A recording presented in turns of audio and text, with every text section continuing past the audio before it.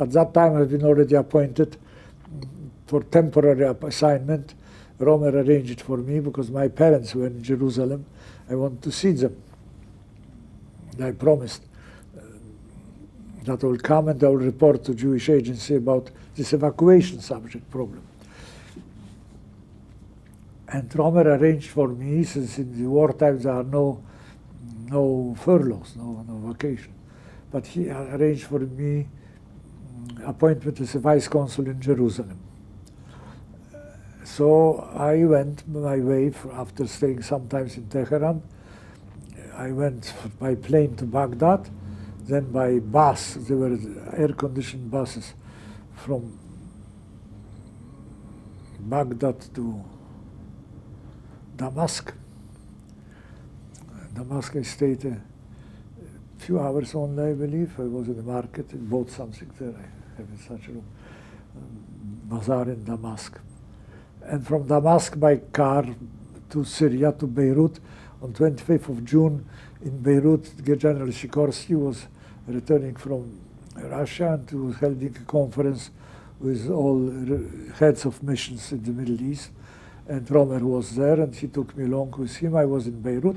And from Beirut, I proceeded individually already by taxi to Jerusalem. When I came, you were in Beirut with General Sikorsky just before he died. Yes, he died on July 4th. And I was supposed to stay briefly in Jerusalem, and then I was supposed to, Romer was supposed to be appointed chief representative of Polish government exile in the Middle East, with the seat in Cairo. And I was supposed to stay with him in Cairo as his assistant. However, on July 4th, as you know, there was this terrible accident, and General Sikorsky died in accident. Everything's changed. Romer went to London instead and was appointed Minister of Foreign Affairs. He couldn't go to America. He was supposed to go to America before. You were in Tehran. Can you describe how Tehran impressed you at the time, what you saw there?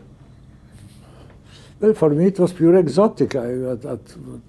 Over there, at least I was trying to behave like a tourist. I was in Tehran, visiting all these mosques and interesting surroundings, and beautiful surroundings in Tehran, mountains. And so one of my friends, or colleagues of mine, had a room in a hotel up in the mountains. We spent some weekends there. I was doing nothing in Tehran, resting, meeting people.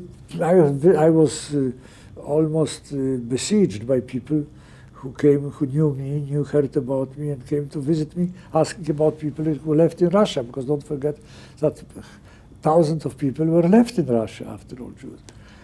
So everybody was anxious to learn something about them. And so I was seeing hundreds of people every week.